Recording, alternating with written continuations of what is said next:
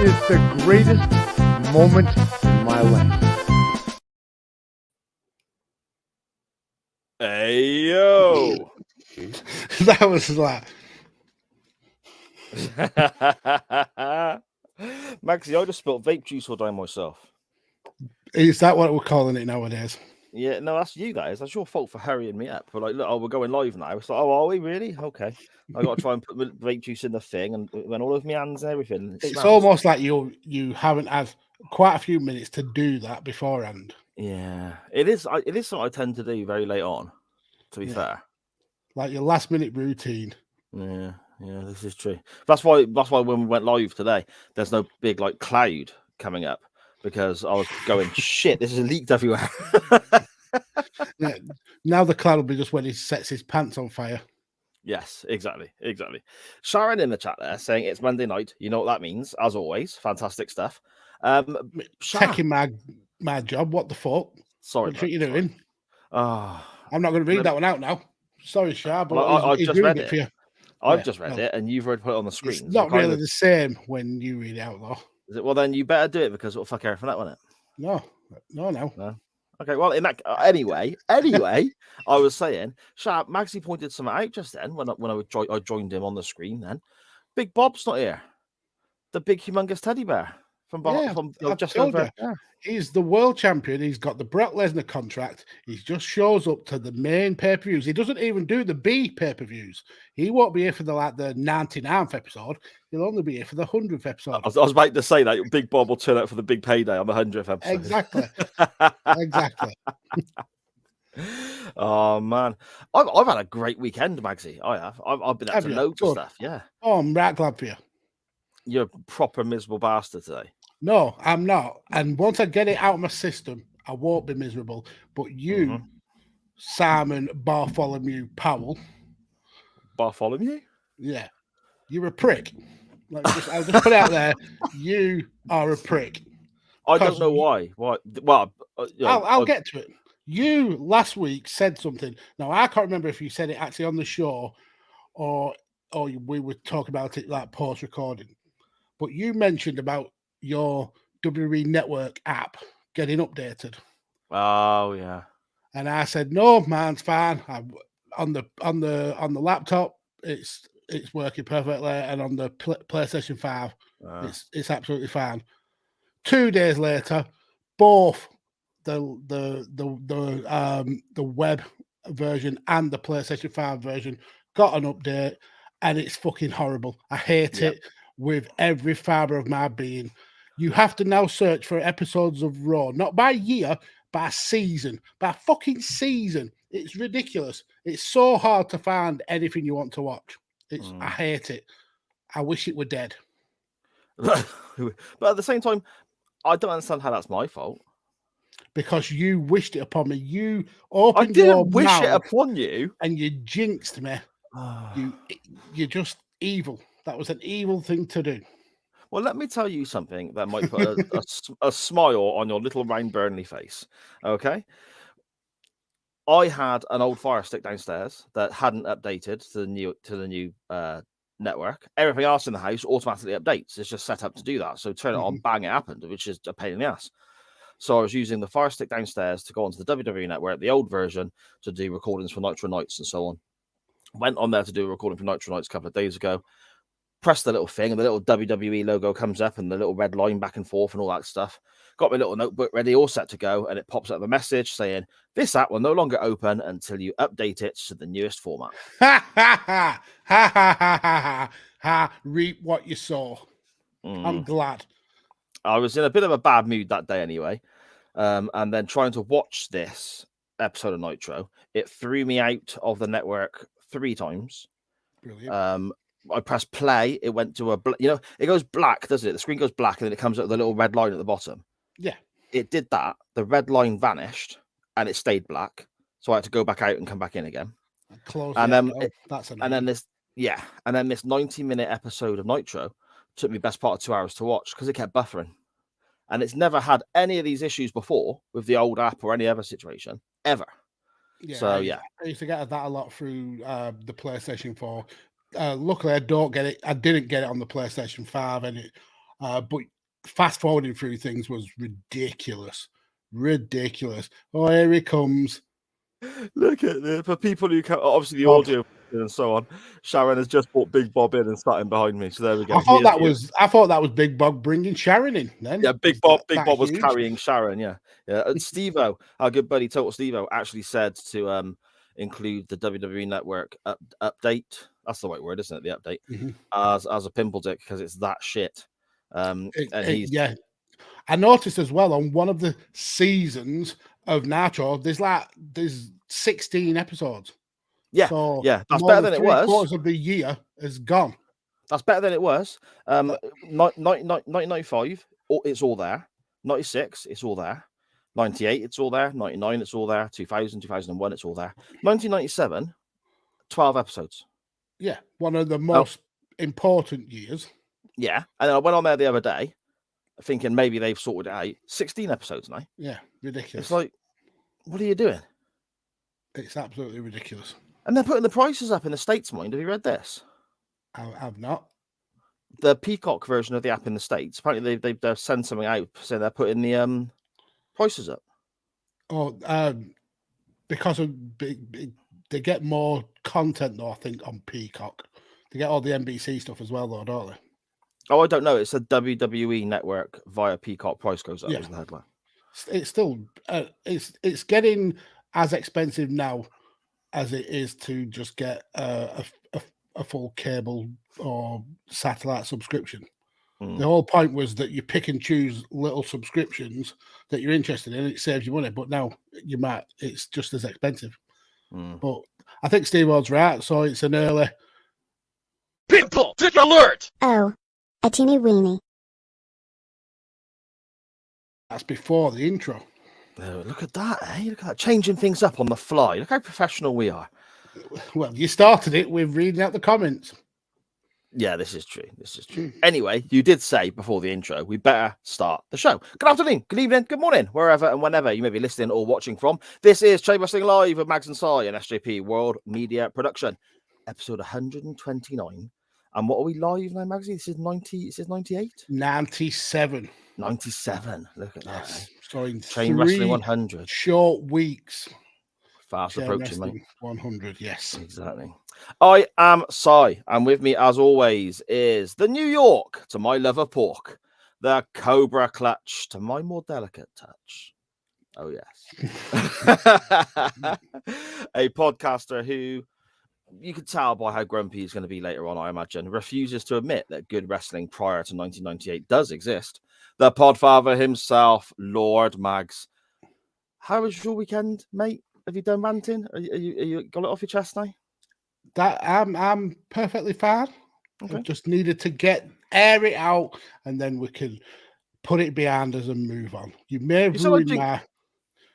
You said I jinxed you twice. Yeah, because it happened on my PC, and then it happened on my PlayStation. So right. Yeah, double jinx.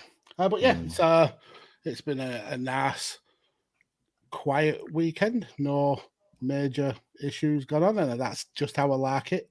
When I don't have to do much or get involved, it's my favorite kind of weekend. But I do want to put someone over in this early part of the show. Good friend of the show, good friend of mine, good friend of pretty much everyone in the wrestling community, and also the football manager community. Omega Luke, absolutely doing massive bits on YouTube. Really, really proud of him. But he's now one half of the Reach Tag Team Champions. He won his first Reach title over the weekend, which is absolutely amazing.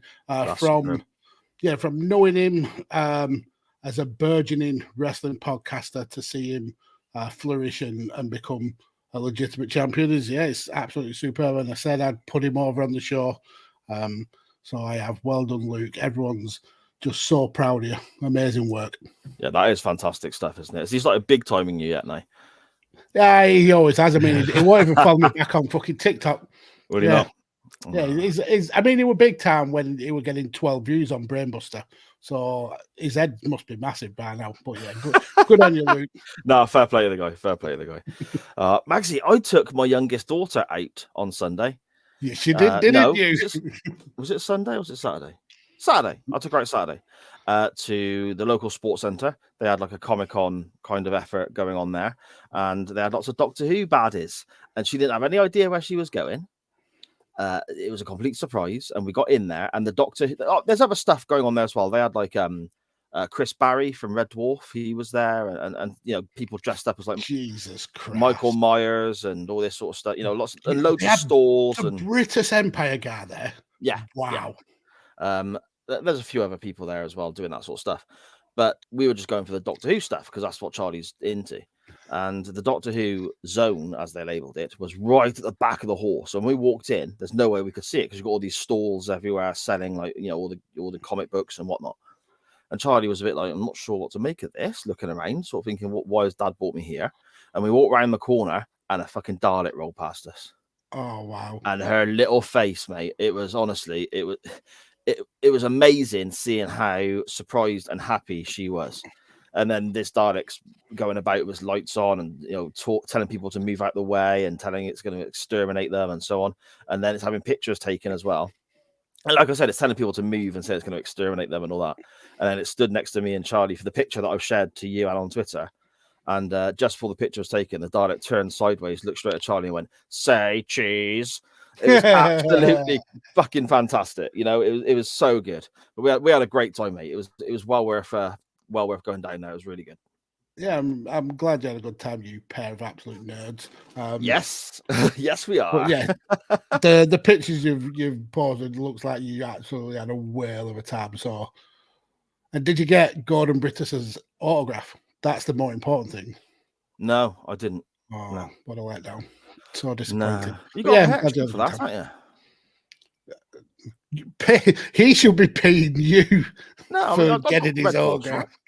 You got to pay a bit extra. You got to pay extra for that. And the sad thing was, like people like Sophie Aldred, who played Ace in Doctor Who, and like Sylvester McCoy and Colin Baker, who are former Doctors as well.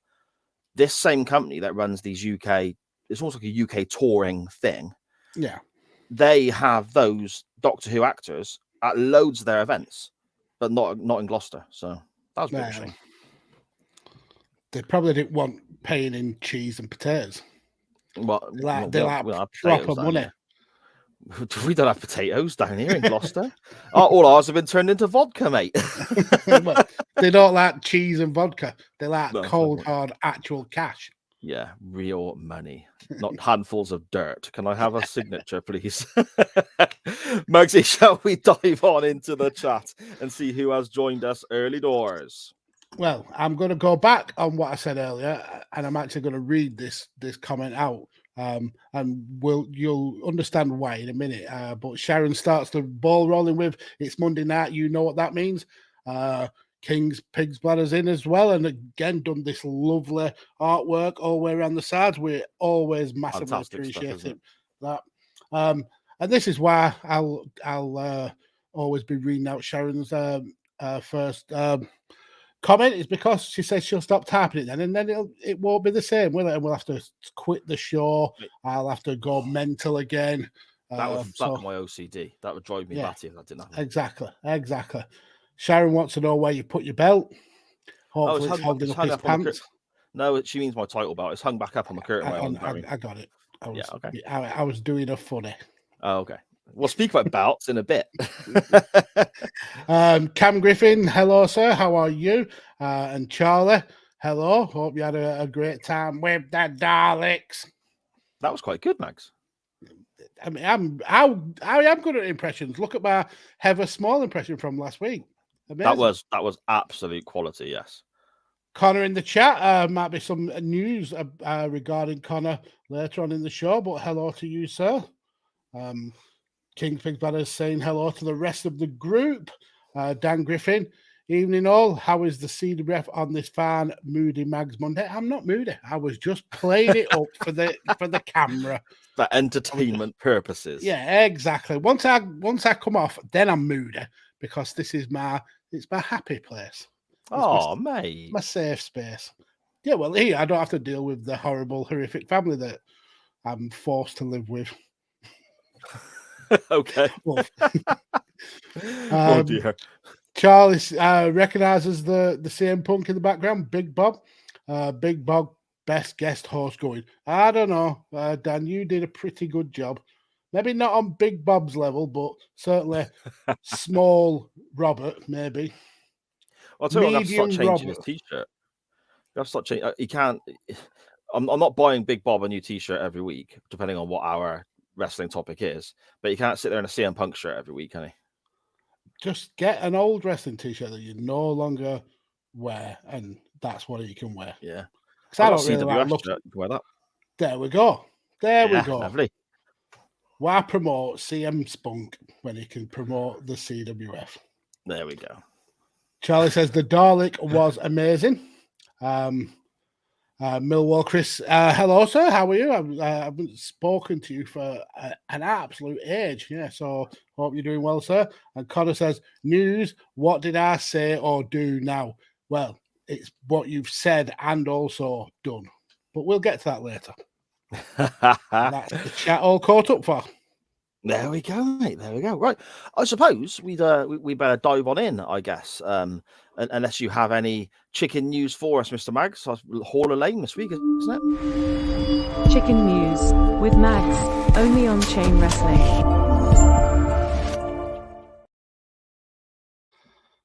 So I have a little bit of chicken news. It's nothing massively substantial, but because we've got 8 chickens now, the feeder was getting a little bit cramped. So we have like it's like a hanging feeder, and you fill the pellets up, and there's like these little sections where gravity basically takes it down, and the chickens can feed. But because there's 8 and there's a little bit of chicken bullying going on, the younger chickens we were worried that maybe they weren't getting as much food as they need. So we've got some new chicken feeders, and what they are is they're like you basically bore some holes into a massive bucket, so like a 25-liter bucket, and you put these kind of like pipes in the bucket, so basically you can give them 15 kilos of food, like all in this one bucket, and it can stay there. Then the chickens can get to it whenever they want. But chickens you have to kind of like show them how to do things. You've got to learn. They've got to learn. But our chickens, no, they do. They'll see the food through the bucket, but you have to kind of like help them work out how to get to that food. When you said show them how to do things, I had an image of you literally down on your hands and knees at the feeder, like, you know, pecking at the feeder. This stuff is delicious. Like why am I giving it to chickens? Do it like this. But one of the little chickens actually showed all of the other chickens how to do it. So they all copied one of the littlest chickens. I think it was Ghost who did it first, and all the other chickens are very inquisitive, so they're always like watching. And when one learns a new skill or does something new, or even finds something like a bug, all the other chickens are like watching intently. So one young chicken learned all the other chickens how to use the new feeder, and it was really, really cute. That's awesome. That's brilliant. So that's today's chicken news. Really, really good. So a couple of the older chickens are still being kind of like terrorizing the younger ones. Okay. And Charlie, the chicken, actually stands up to all the other older chickens. So brilliant. A couple of the other younger ones, they run and hide behind Charlie, and I think she's now the biggest of the younger chickens. She's put a lot of weight and feather plumage on, so yeah, she's doing really well. Fantastic stuff, mate. Fantastic stuff. Great. And she got to see a chicken Dalek the other day as well. A chicken Dalek? Yeah, she was quite impressed with that. Chicken Dalek? Yeah, it doesn't matter. That joke's fell again. Brilliant. Sorry, mate. I'm completely lost then. Charlie, the adult human Charlie went to see the Dalek. Oh, yes. Okay, I get you. You're you're just an idiot, aren't you? Anyway. You fucking idiot. That was brilliant. Shall we chuck some crap away in the old hoarder lane, my friend? And we shall. Let's do it. The Hall of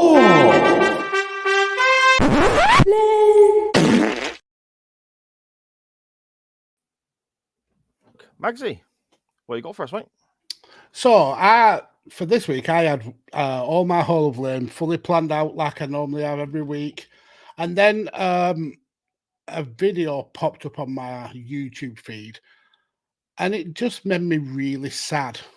Sad for the wrestling business in general. And I'm sure I've seen the video before. So basically, it was a shoot interview with DDP. And they got onto the topic of Mean Gene Auckland. Okay. Now, everybody knows Mean Gene and his impact on the wrestling business. He was instrumental in making some of WWF and then WCW and even AWA's stars bigger than they could have done on their own. On the mark, he was one of the absolute best. And there are many, many wrestlers who owe Mean Gene a hell of a lot because of how much he helped their career. And as we all know, unfortunately, a few years ago, he passed away. He had polycystic kidney disease, and on the 2nd of January 2019, the world was robbed of one of the best characters in wrestling. Yeah. So going back to this DDP interview, he recalls being contacted and told that Mean Gene had passed away, and he gets really choked up in this interview. Like, you could tell he's farting back the tears, and he's got a frog in his throat, bringing up this memory.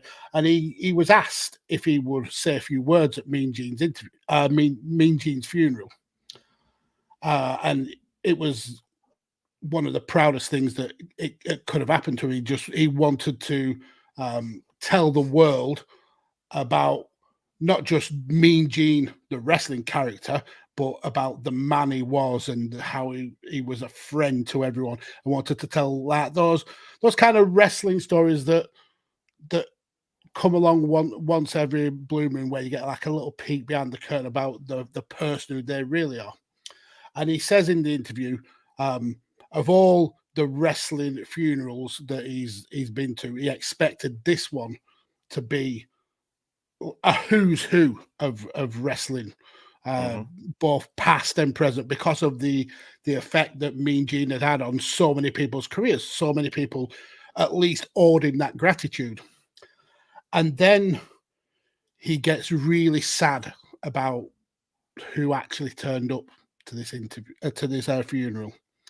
So he mentions from the WWE that Kevin Dunn and Kerwin Selfies, the two producers, turned up. Nobody else. Wow. He mentions Greg Gagne turning up, Jim Brunzell, Brian Blair, Brian Knobbs, and that's it. No Hogan, way. no Jimmy Hart, no Hacksaw Jim Duggan, no huge stars who owed Gene a gratitude. Now, obviously, some of those have clearly passed away. Some of those we had a massive effect for, but there's plenty of wrestlers who were living in Florida where Gene was funeral took place and didn't turn up. Kevin Nash did a kind of a memoriam on his podcast a week or so afterwards, remembering great stories of Mean Gene, and he lived a few hundred miles away from where Mean Gene's funeral was, and he didn't turn up. And DDP was absolutely devastated that Gene didn't get the send off that he should have done, and I just think it's a sad indictment on how selfish sometimes the wrestling business can be. I mean, for many people, Gene was the voice of wrestling, in terms of interviews and things like that. So it was just sad the way he went out with no fanfare. So yeah, that's a very last minute but very poignant entry into the Hall of Fame. The way the wrestling business forgot about Mean Gene. It's just sad.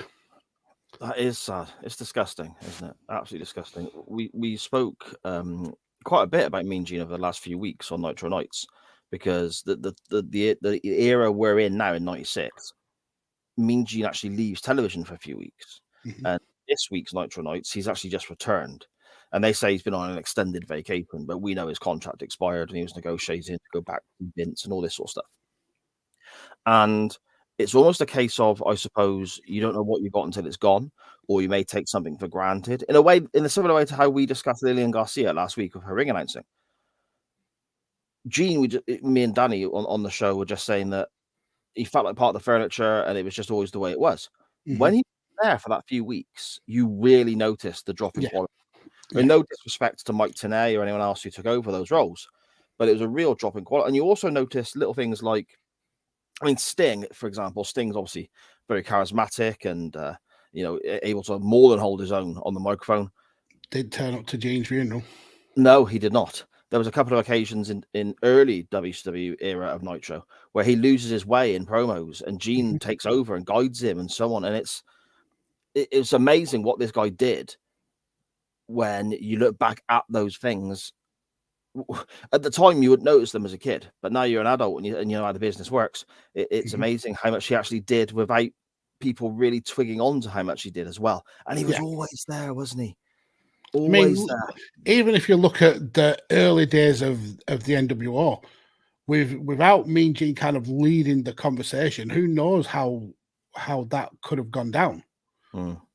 Gene, when all the trash was being thrown into the ring and him kind of leading Hogan on the mat, it's really sad that they didn't give him the send off that he massively deserved. I mean, Eric Bischoff didn't turn up, Vince McMahon didn't turn up. I mean, this is a guy who worked for these people for decades. And it's sad that they treat him with such contempt. Yeah, absolute. Oh, it's just awful. It's awful. And a worthy entrant into the Hall of Fame. Absolutely disgusting. Mine is it's actually concerning somebody who is much younger. And it's not this individual's fault. But now, in hindsight, I look back on this moment in wrestling and I just think, oh, fuck off. Because it's a wasted opportunity. I would like to go back to WrestleMania 34. Okay. And, the tag team title contest on that particular pay-per-view. We crowned new tag team champions. One of them was Braun Strowman. The other one was a kid from the crowd. That was Nicholas. That was Nicholas, who was the referee in that match, was his dad. Yep. Now, that may have got a giggle at the time. It may have been humorous at the time. And then the comments the following night or the week after on Raw that the titles had to be vacated because Nicholas couldn't defend them because he had his homework to do or something. Again, got a giggle at the time. But I want to point this out now and throw this in the Hall of Fame as WWE just, again, missing an opportunity and also being quite disrespectful to the tag team championships. The title holders going into that match were the Bar. And we can all agree how fantastic that tag team. I mean, they were great as rivals, Cesaro and Sheamus. But when they teamed up, incredible. Yeah. They had to lose the championships to Braun Strowman and Nicholas. So that was bad enough. Okay. But Braun Strowman was looking for a partner. Braun Strowman needed a partner to be part of this tag team match. I just want to read you now, Magsy, a list of people who were in the Andre the Giant Memorial Battle Royal that particular evening. Aiden English, Connor, Kurt Hawkins, R-Truth, Mike Kanellis, Tyler Breeze. I'm skipping a few here because I think they might have been as bad as Nicholas, but Carl Anderson, Shelton Benjamin, both members of FTR, Bo Dallas, Curtis Axel, Fandango, Heath Slater, Chad Gable, Titus O'Neil, Goldust, Ty Dillinger, Dolph Ziggler, Kane, Baron Corbin, and the list goes on. We also had multi-man matches for different tag titles and singles titles as well that involved talent that didn't need to necessarily be in a multi-man match. Could they not have just picked someone who wasn't doing anything, had them win the tag titles, and then 3 months down the line, they lose them, they split up, all of a sudden this person who's doing absolutely nothing has got a program for the next 3 months, and they got 6 months of TV out of them. Exactly. But no, we can't have nice things. So Vince McMahon and whoever else made these decisions said, oh, let's just grab a kid out the crowd and stick the tag belts on him. The same tag belts, obviously not exactly the same design or actual material object, but the same championship then that was held by Demolition, the Hart Foundation, and all these wonderful tag teams of the past, the Legion of Doom and so on, being held by a kid who then the belts just got held up and kind of forgotten about again. Mm-hmm. Absolute waste of time. It seems to happen a lot in modern era WWE. A team will do their best to elevate the tag titles, and then something stupid like this will happen. Mm-hmm. And then the titles are absolutely worthless, or they'll be hot potatoed, and then the tag team titles are a massive joke. Vince has never liked tag team wrestling, and it all boils down to why pay for 4 wrestlers when you can just have a singles match and pay for 2. So it's always been on the back burner. But yeah, the disrespect, but not only to those titles, but to everybody in that battle royal. They could have easily been the Braun Strowman. I mean, Braun Strowman and Kane. That would have been a massive partnership. You've got. I think of the feud after they split as well. Yeah, you've got FTR. Drop Braun Strowman from the program altogether. Put FTR against the Barring. You've got Tyler Breeze and Fandango, a comedy tag team. If you're going to want a match with no kind of follow up afterwards, you've got a perfect team there. This was just Vince likes big sweating men. How do you make Braun look like he's so dominant without sticking a world title on him? You make him embarrass 2 of the best mid-card wrestlers that you've got in the company. And then people wonder why Cesaro got the fuck out of Dodge as soon as possible. Yes. Yeah. Yes, indeed. But there you go. Those are your entrants to this week's Chain Wrestling Live Hall of Lame. We have the wrestling business just being full of pricks, really, when it comes to Mean Gene's funeral and how nobody turned up. You shower of bastards. Mm-hmm. And then not Nicholas himself, but Nicholas winning the tag title at WrestleMania 34 alongside Braun Strowman. Just fucking silly and a wasted opportunity. The only good thing out of that whole Bar versus Braun Strowman storyline was we got Braun and then Brain Strowman when he came out in a shirt and a tie and glasses and beat the living shit out of the bar. That was funny. I don't remember that. Look it up. Brain Strowman. I can't look it up. My network's updated. I won't be able to fucking find it. I hate it. You did that to me. I didn't. It's not my fault. Oh god, I sound like Snitsky now. Oh dear. Magsy, let's have a quick scan through the chat before we get on to this week's non-wrestling topic. Yep. So Sharon says, I literally just put away a whole bag of wrestling t-shirts, you knob. Yes, Brilliant. that is true. Yeah. Brilliant. King Pig's Banner, Chicken-rific, and Dan, mental image of Mags with his pecker on the field. That's what me and the chickens get up to when the lights go down is between man and beast. That's all. Dan also then says the way Sar tilted his head then was very much like a chicken working out what was going on. Exactly. Sar just go, just do a brr noise, and then tilt your heads. Yeah. Tilt my heads. Head.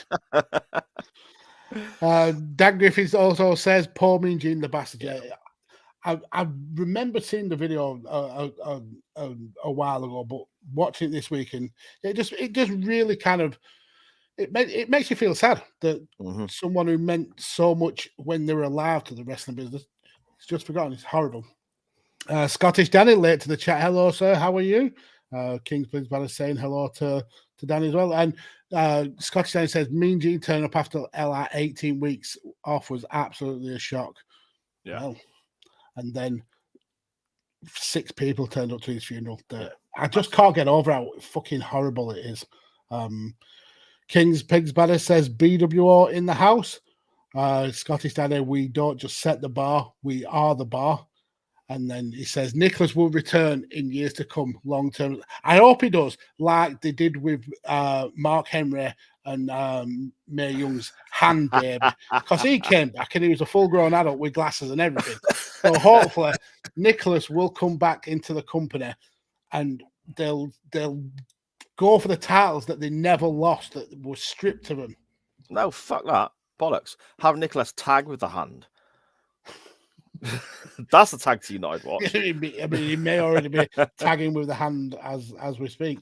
Ben from Ranter Masters, hello, sir. How are you? That's a very spiffing looking avatar there. You almost look regal with that shirt and tie on, sir. But It's like one of the Men in Black, isn't he? Men in beige. Men in beige. Men in beige.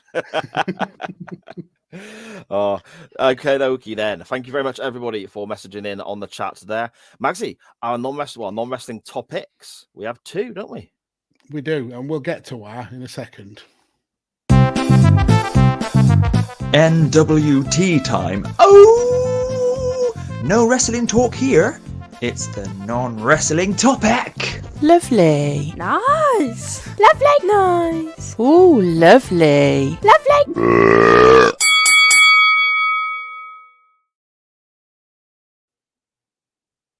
Filthy belch. Ben in the chat there. I rock beige. Fantastic. It takes a strong-willed man to rock some beige. It's a difficult colour to rock. We have 2 non-wrestling topics this week because some fucker up north doesn't answer their phone. Well, no. So a little bit behind the scenes.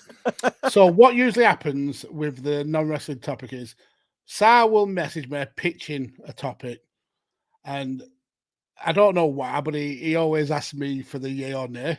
And most of the times I say yeah, because they are usually good ideas.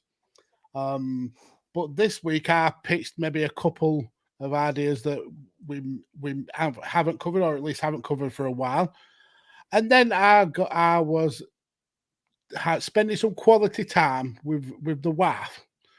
And so I didn't have my phone to hand. So instead of making an executive decision, like the leader of the network is, he just went, oh, well, we'll just do both topics. Knowing that I get vexed when we waste the opportunity to kind of put these topics in the back burner. So if we could get 2-3 weeks out of a topic by stretching it out, that's great. No, we'll throw all the topics at the wall and whatever sticks. So yeah, he's just done a lot to piss me off this week, folks. And then he says to me, "Oh, sorry that you couldn't answer your phone because you and the missus were shagging." And we weren't shagging. We were watching stuff on YouTube whilst I ploughed a field on Farming Simulator. You played something. The thing is, I don't want to say, okay, sod it, we'll do that. And when you wanted to do the other one. The other one, we could have done another time. But no, you've gone, one topic? No, every topic. So now I'll have to think of another topic for next week. That's the crux of the problem. You make me think again, and I don't like doing it. I apologise. But yes, we have 2. Shitflinger Powell. Brilliant. Bartholomew Shitflinger Powell. I don't understand where Bartholomew has come from. What's that? It's just a long name. Okay. Just foppish. Okay, fair enough. Our two non-wrestling topics this week. First of all, inspired by me taking my daughter to have a wonderful time seeing some Doctor Who aliens and sending Magsy some pictures of how happy me and my daughter are. And the response I got was, "You pair of fucking nerds." I didn't swear. No. I swore in my head. Yeah, I bet you did. I thought to myself, I wonder what's the nerdiest thing that people have done, or what makes you a bit geeky, what you into, and so on. So that was the idea that we sort of stumbled across that way. And the second non-wrestling topic we're going to look at as well is people's favorite YouTube channels or hidden gems, or who do you watch, and so on. And I'm going to find that very interesting because I don't know so much about people on YouTube. You send me links all the time, actually saying, "Oh, you should check this out. This is quite good," and all that sort of stuff. I wouldn't even know where to start looking. So it's going to be quite interesting to me. Yeah, I bet that I gave you a channel the other week that I know you would find interesting, and I guarantee you have not checked that channel out. Anyway, beginning this week, I will read them out in the order they came into us, roughly. Very early this week, very early. It's that time of the week with our good buddy Total Stevo, who has just left his job after 16 years, and hearing how miserable and angry it made him, I'm really happy for him, and I hope his new role works out, and I hope that he can get away and forget about the shitheads who harassed him and caused him trouble, and the management and the dickheads who made his life miserable at times in his previous employer.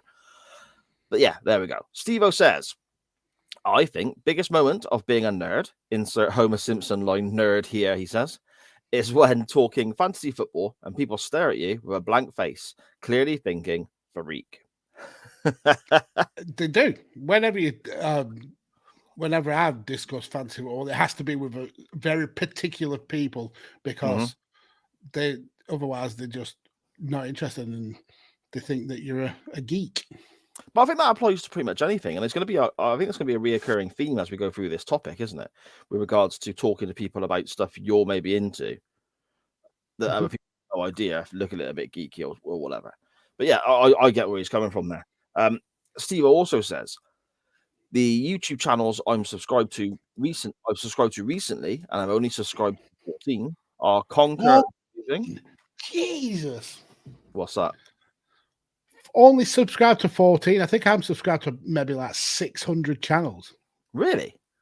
Yeah, I'm just going to open up another window, see how many channels I'm actually subscribed to.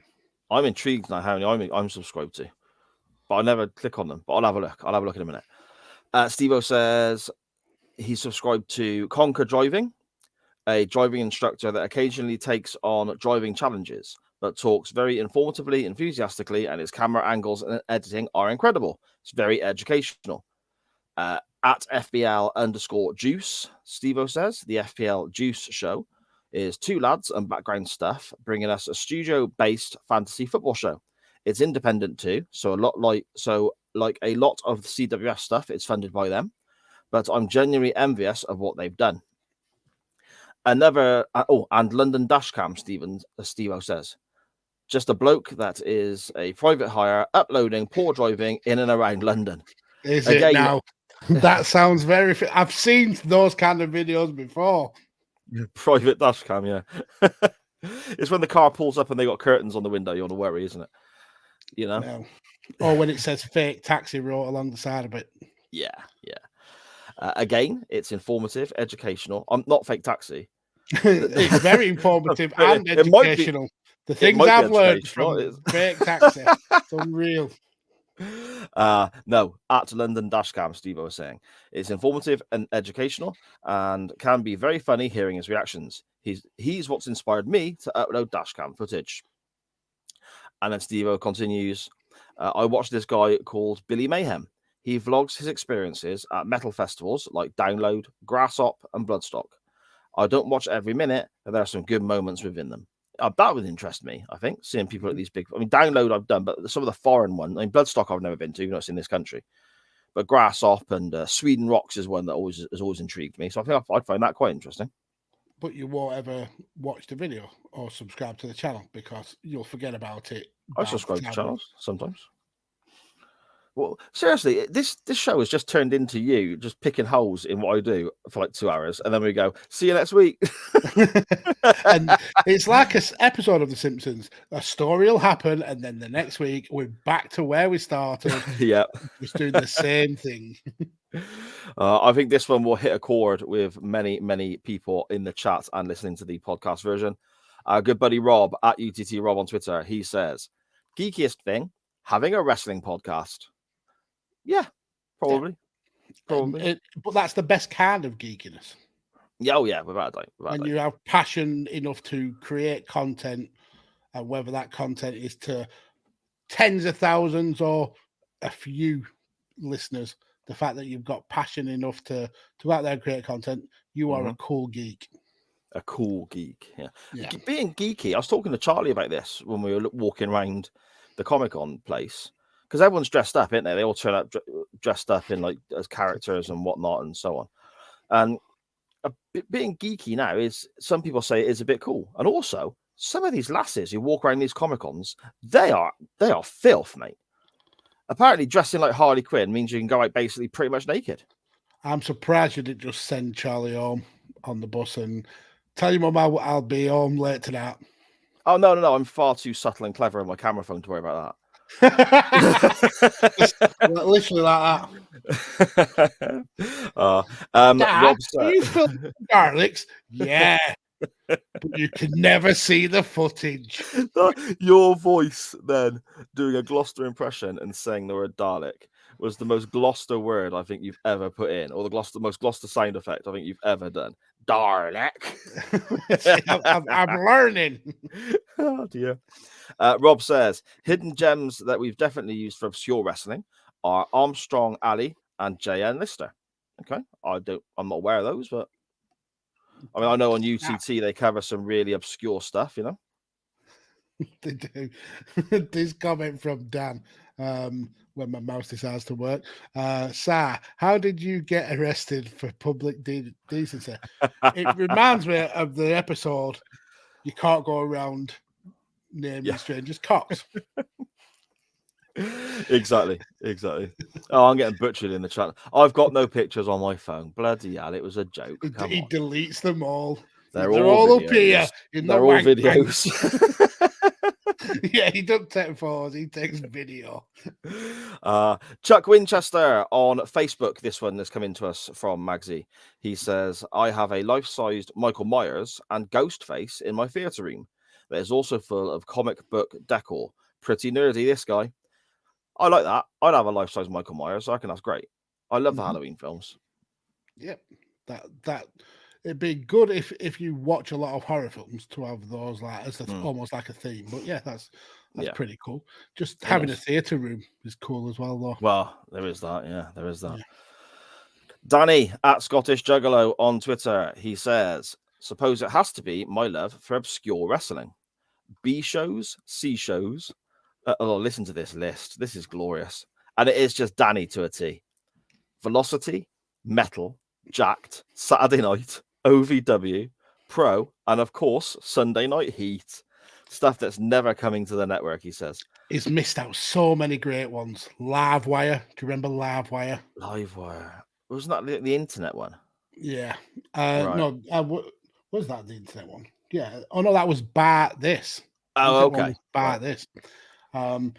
Wrestling Challenge, All American Wrestling, Superstars. Superstars. Oh, I remember watching Superstars. Yeah, the WWE Worldwide was the one for me on ITV when I was a kid. Yeah. Not for me. No. Okay. Danny says, I've spent the last 10 years downloading truckloads of secondary shows on a hard drive. And one of the YouTube channels that I'll bring up would have saved you all that hard drive space for films of your murders, Danny. For films of your murders. Oh, if he ever gets nicked, there's going to be no grey areas as to which crimes he's done. He's like, is it the wet bandits in Home Alone? They know which houses. And the sticky bandits. Yeah, they know which houses they've hit because they left the taps running and stuff. Yeah. They'll know who Danny's like, the culprit for, because he's got pictures and video footage of carrying out He's got obscure wrestling matches from the 1990s still playing on the video recorders. Yeah, there you go. Just butchering somebody to the flickering backlight of a WCW Saturday night. What a program. maneuver! Oh man. This one is from WhatsApp and it's from Charlie. She says geeky nerdy stuff is probably when someone asks her what is Doctor Who, and I give like 5 paragraphs about what it is. See, Charlie speaks to a lot of her friends via WhatsApp messaging back and forth, and every now and again she'll say, I'm not going to reply for a bit. I'm watching Doctor Who with my dad. Their friends will ask, what's Doctor Who? And she'll just explain in all these messages. And then afterwards be like, okay. But I She's love a it. nerd after your own heart. Without a doubt. Connor at Connor Knows Footy on Twitter. He says, the only nerdy moment I have had when I start talking about football to my non-football friends, and use of the lingo, and they just stare at me like I'm speaking some sort of alien language. Yeah, I guess that applies to a lot of stuff like NFL and even rugby to a degree. People talk to me about rugby. I don't fully understand. Sport. Yeah, any sport. Cricket, that's got some ridiculous terminology in it, and people haven't got a clue what it means. So, yeah. I like the way that he started his answer with the only nerdy moment he's had, and then he replies with another nerdy moment. So it's quite clearly not the only nerdy moment that he's had. Connor sat at home, wrote that message. I'm not a nerd. I'm not. I suppose when I talk about football, and he's put his phone down, gone to walk away to do something else, and then just suddenly gone, wait a minute. I recall another occasion. Connor continues. Another nerdy moment is I have seen every episode of The Simpsons, all the way from season 1 to the current season 34, and I can always pull out a reference or a joke from the show, or almost know everything there is to know about the show. Yeah, again, it's being enthusiastic, isn't it, Max? A nerd, yeah. Basically, being a nerd means you've got passion for something that perhaps not everybody else has got a passion for. Yeah, there we go. Dan Griffin at Dan Griffin 21 on Twitter. He says, so as far as being a nerd, I do this podcast called the Doctor Who Pod. I'm familiar with that, actually, Max. Yeah, I think you mentioned it once or twice. Yeah. And he says here, and he also does one called UTT. I'm familiar with that one as well. Yeah, I think I've browsed through a few episodes of that. Yeah. As far as YouTube channels, Dan continues, I tend to watch Beard Meets Food, which is eating challenges, and I've watched every video multiple times of Yahtzee 19, and he's put in brackets here, game reviewer, and his mate doing Let's Plays. Oh, okay. So I've never heard of Yahtzee 19, but I actually, Beard Meets Food came up across my my feed about a week ago, and I've watched a couple of his videos, and fucking hell, that guy can put away some grub. Yeah, Jesus can he really? Christ. And it's not like he's a huge like bloke. He's just a regular bloke, and he's able to just power through some ridiculous amounts of food. Absolutely ridiculous. He beats food challenges that no one in the world has ever beaten, that they've had going in these restaurants for years and years. And he just absolutely demolishes them. It's ridiculous the amount of food he can put away and not be like Violet Beauregard from Charlie and the Chocolate Factory, just massive and round. Yeah. It's amazing. Absolutely amazing. The thing for me is if I watch stuff like that, I just get hungry. Yeah. And then you attempt the challenge and feel guilty and shame. We've got a couple of challenges coming up, Mags, haven't we? Spoonful of butter, Pepsi with cordial and stuff like that. Yeah, we haven't. We have. Them things aren't happening. They are. We're doing it on Chain Wrestling 100. Yeah.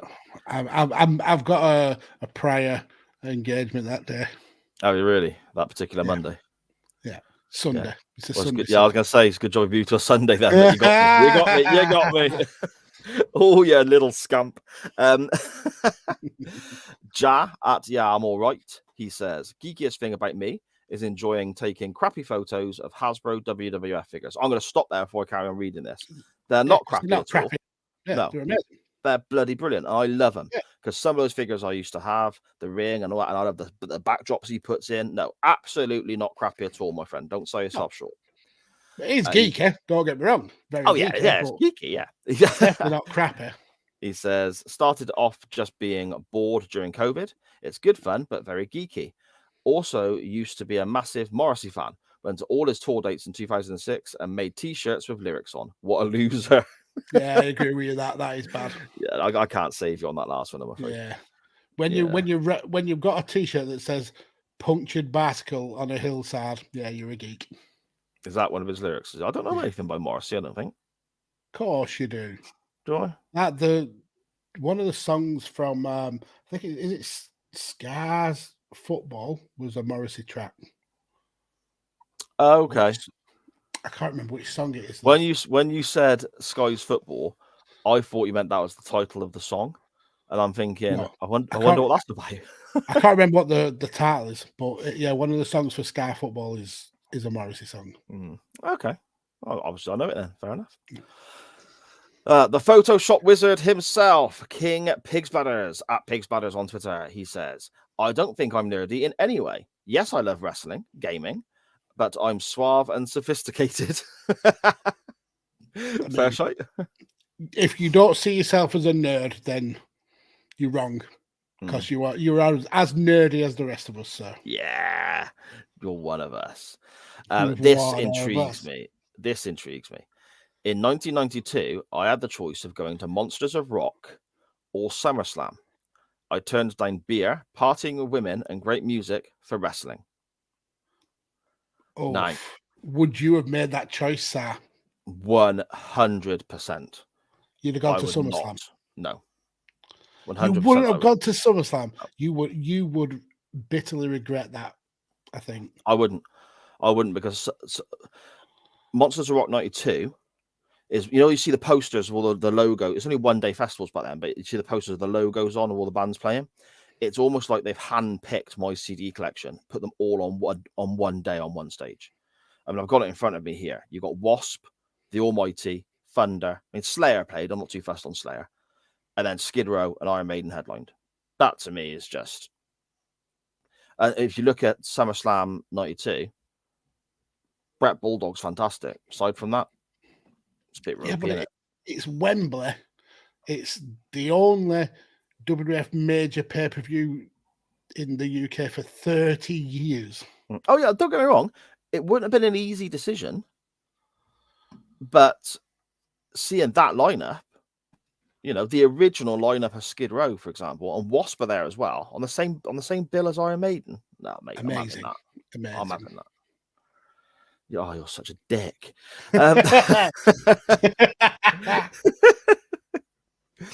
Pigsbutters also says here, and this is just fantastic. I love it. I generally only watch chain wrestling on YouTube. Oh, thanks, mate. You are the best ever nerd. Yeah, you're the best of the nerds. King's nerds bladders from now on. You didn't really know where you were going to go with that when you started. No, I mean, I don't half the time. You must be aware of this by now. My mouth will start throwing words out before my brain realizes what's happening. Fantastic. Ben the Brick Fridge, which is a reference to, I think it's the Morty and Fitch podcast. I heard that on. Made me chuckle. At Witticisms of Ben on Twitter, he says, for YouTube channels, Andy Cooks. It's an awesome cook based in Australia. I think that's the Australian flag, or is it New Zealand? I can't make it out. That's Australia. Yeah, okay. Seth Drums, which is drum along. What are you laughing at, mate? Just Andy Cooks. It's a show about a bloke cooking. Seth Drums. It's a show about a bloke drumming. Bucket's the drum. Drum, is that me? Bucket's the drummer music, yeah. So that'll be about a guy called Buckets who drums, I assume. It says man horse plays hit in the bath with a bucket. Man horse. Yeah, that's what it says. I think that's autocorrect. Or is it half man, half horse? No, I think it's supposed to say man plays hits in the bath with a bucket. Or man who plays. Yeah, man who plays hits in the bath with a bucket. Yeah, not man horse. I No, hope it's man. He said no. Ben says it's not autocorrect. It's actually a man horse. It's a man horse. A man horse, yes. A man horse. Okay. With a I'm horse intrigued now. Does he have hooves? If And so, I like the way that Ben says man with a horse mask, as if we genuinely thought, is this guy like a centaur? Does he have horse body and man head? A mantor. Yeah. Which part of the man is horse and which part of the horse is man? Yeah, okay.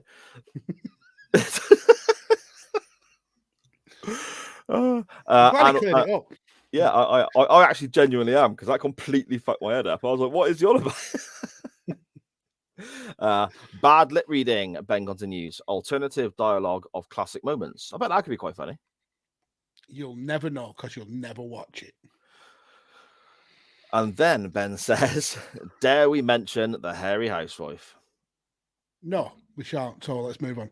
No, Okay. actually, we will. I think Fitcher's channel is, if you like that kind of thing, that's amazing. But because we like Fitch, we've got to give him a little bit of promotion. One thing about it, though, that pisses me off is the way he talks on the episode is so annoying. Okay, I'm assuming you're doing it now. Yeah. Everything has a high inflection, like he's asking a question with every 2 words. Okay. But he's very good at what he does. I have seen a little bit of that. I subscribed to that channel. There you go. Just that and that alone. You're very Shall much like King's Nerds Bladders. Shall I have a quick look? Subscriptions, I'll tell you now. SJP World Media, I subscribe to, funnily enough. That's vain. That's incredibly vain. Eric Gromwell, I subscribe to, who's the new singer of Skid Row, because he does loads of cover. During COVID, he was doing covers of songs in his kitchen and stuff, and that was always really good. A couple of United podcasts. Troy Hawk, have you seen this guy? I've never heard of Troy Hawk. He's a comedian who wears a purple jacket, has a little mustache, and he tells people he's from the Professional Greeters Guild, and we'll just go and stand outside Primark and greet people when they're coming in. And it's just comedy gold. I think I've seen. Does he wears a smoking jacket, doesn't he? That's it. Yeah, that's the one. I've seen him doing it funny. outside Tesco. Yeah, he does outside Tesco. I think he did one outside Pineland as well, which is quite funny. Yeah, really, really good stuff.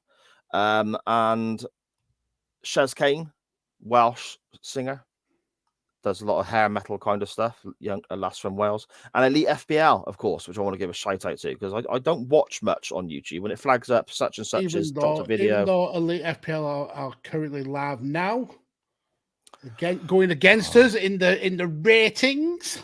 See, now what you should have done is not said that, because if our numbers drop all of a sudden, it's you're Tony Schiavone. Yeah. Well, on the other channel, we've got Steve O talking bollocks about football, and then all of a sudden the numbers drop. That'll put butts in seats. Fucking hell, Tony. Primark, is that like an early days restaurant? No, that's the actual proper name for Primark. I will give Sai his dues there. The owner of the company said the way it's pronounced is actually Primark, so he's right there. Bloody hell, listen to this. When I edit this tomorrow for the audio version to come out, I'm gonna cut that. You saying I will give Sai his dues there, and the bit where you go, Sai is right there, and I'm just keep that forever. No, I'm gonna cut it into every podcast, every 30 seconds at the end of every sentence you ever say. Bang, bang, bang, bang, bang. It'll never happen again. It won't. Maxie, what about your good self, mate? Yeah, I don't think I'm a nerd at all. Nothing nerdy about me. I certainly haven't had ridiculous amount of wrestling podcasts. I certainly do not put way too many hours into a virtual farm. That is nerdy. The game. Honestly, the game is fucking unreal. It's absolutely unreal. The community that do the downloadable maps. There's one near Gloucester, a town called Saxthorpe. Okay. Do you know? Have you heard of the town? No. But it's honest. They take like aerial photos of like from Google Maps and things like that, and they make it perfectly accurate. So it's like you're genuinely working the farmlands of that area. It's so good. We do have Incredibly one or two nerdy. farms around here, to be fair. It's very farmlandy. Is old Gloucester. It is. Yeah. It is. But yeah. Apart from that, I am not a nerd whatsoever. No. No. So in terms of hidden gem wrestling channels, I've got to put over a few of our good friends.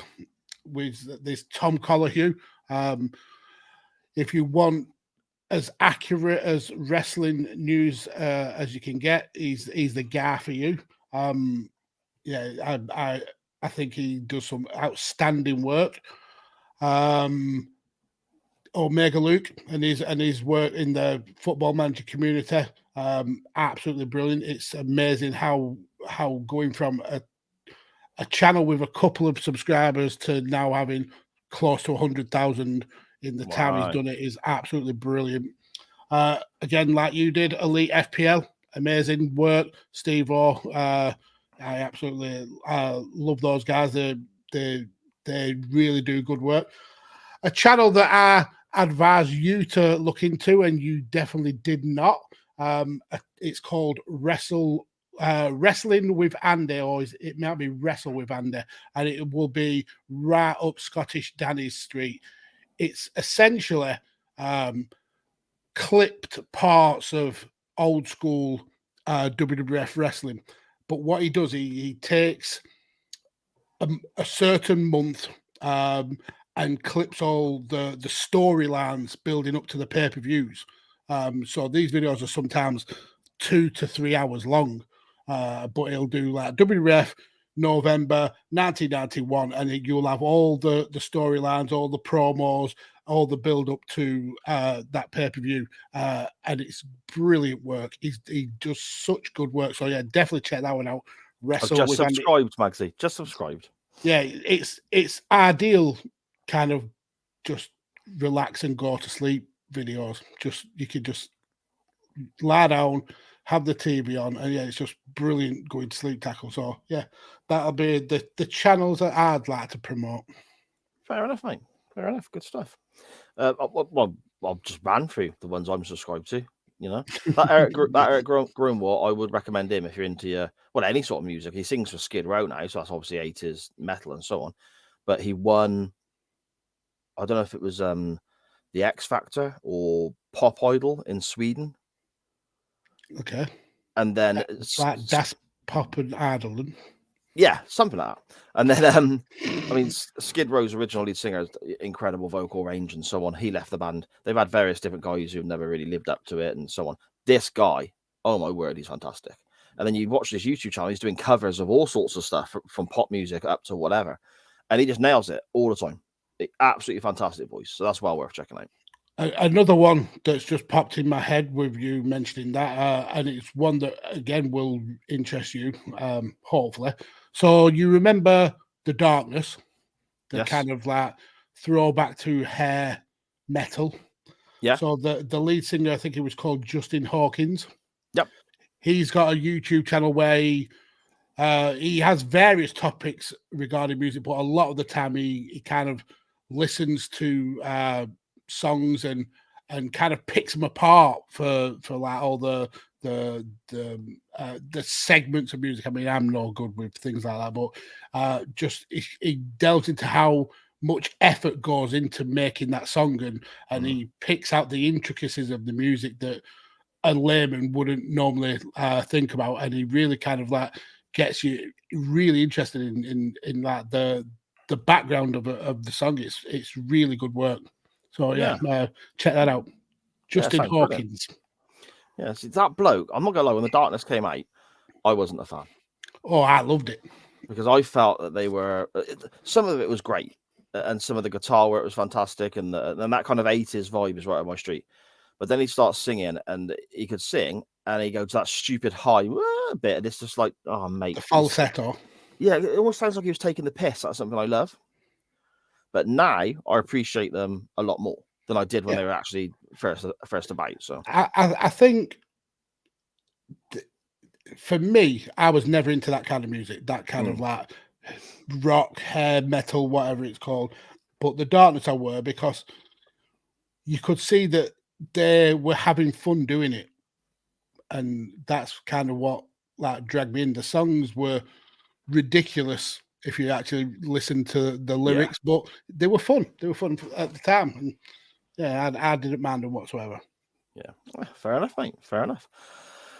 Should we dive on into the chat to see what people have been saying before we move on and actually talk a little bit of wrestling? We shall. Let's so yeah, Scottish Daddy says that the show was the internet show was called About This. You get some grief. Time to check Sar's hard drive. And Sar got arrested for beating it because Ben Rantamasa says, Dan, you beat me to it. They're on his laptop now. Private browsing. I bet your private browser gets a lot of use on your phone. I don't know what that is. Fuck off. I don't. I genuinely don't know what that is. Answers the question of why he has so many external hard drives that are full of unfinished projects. Jesus Christ. Shotgun Saturday Night for the win. Shotgun Saturday Night were awful. Absolutely is that awful show. The green logo? It was the one that looked like a police badge. The green logo was Velocity. That's it. Yes. Yes. Yeah. Shotgun Saturday Nights were WWF's attempts to be gritty. They're almost like a throwback to oldie wrestling. We got the Flying Sisters of Love, who ended up being the headbangers on a Shotgun Saturday Night. Yeah. Flying Sisters of Love. I've never I think heard that's what they were called. They were basically dressed up as nuns. Oh, right. Okay. I remember the nuns. I don't remember. Yeah. Oh, right. Scottish Danny says he's got them all. Of course he has. And a trail of bread knives. Sar was definitely a sticky bandit when he got nicked at that Comic-Con. Hello, officer. Are you here for me? No, I'm here for the bloke going around naming strangers cocks. Dan Griffin says, thinking about it, his nerdiest podcast has to be Unbucking the Tankator. Yeah, that is very niche. Very niche. It's a niche nerdiness, a very niche nerdiness.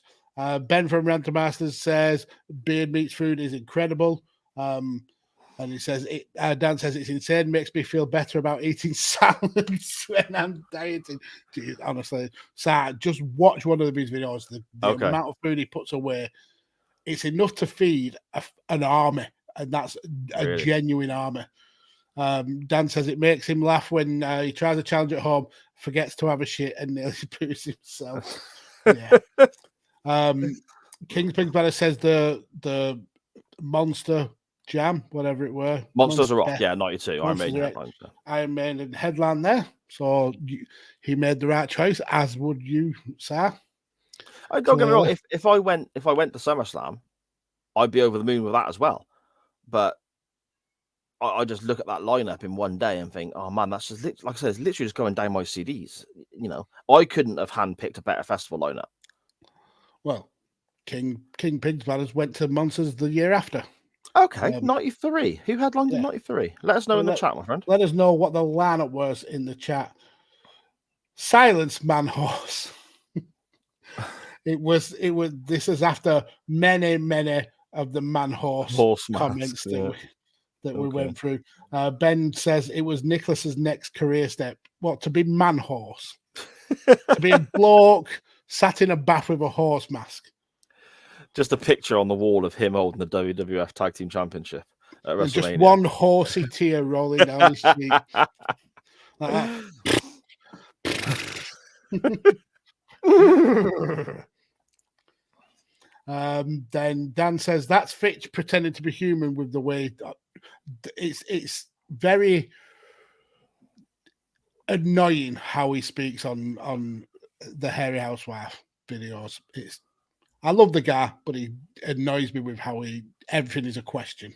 See, now the thing is, I've watched a couple of them. Maybe not all the way through because it's not my cup of tea, but I've watched it and I like, I enjoy what he does and so on. But I've never noticed that. You will. But now you've pointed it out. You'll definitely notice it, and you'll be like, "Speak properly, you fucking idiot." Okay. Dan Griffin says the owner of Primark can fuck off. Primark just sounds wrong. Yeah, but that's because you've conflated it to say Primark, so you've got it wrong, Dan. Conflated? Is that a word?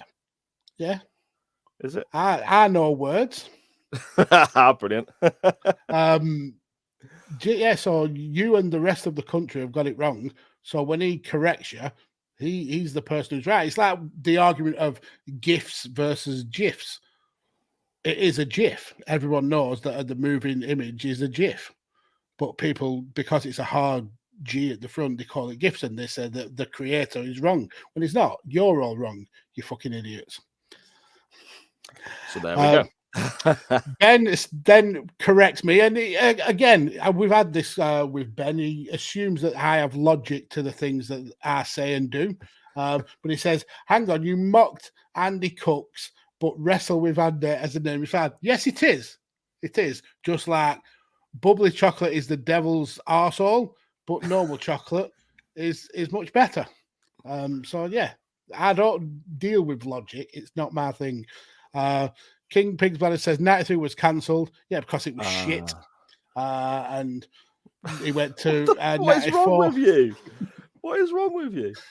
I'm being cantankerous. That's another word. I know that word, yeah. But he says 94 was Aerosmith. Oh, okay. Yeah, nice. That's a good headliner. Yeah, definitely. And then he says that Extreme, Sepultura. Yep. Pantera. Oh, Pantera. So you saw the original line of Pantera, Pig's Bladders. That's fantastic. He did. Yeah, okay. Well, I'm sure he'll confirm they did.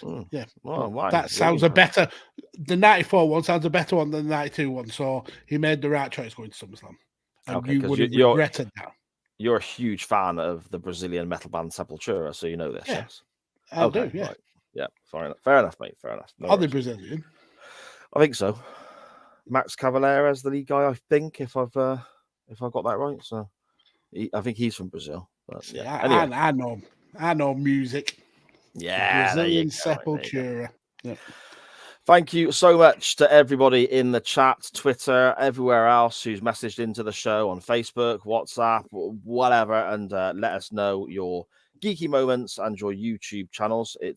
We say it every week, but this show doesn't work without you. This is your show. Again, you've absolutely smashed it out of the park this week. You guys are amazing, absolutely amazing. Yeah. We adore every last one of you. Yeah, without a doubt, mate, without a doubt. I suppose then, Magsy, we better get on and talk a little bit of wrestling, aren't we? We better. Let's get ready to rumble!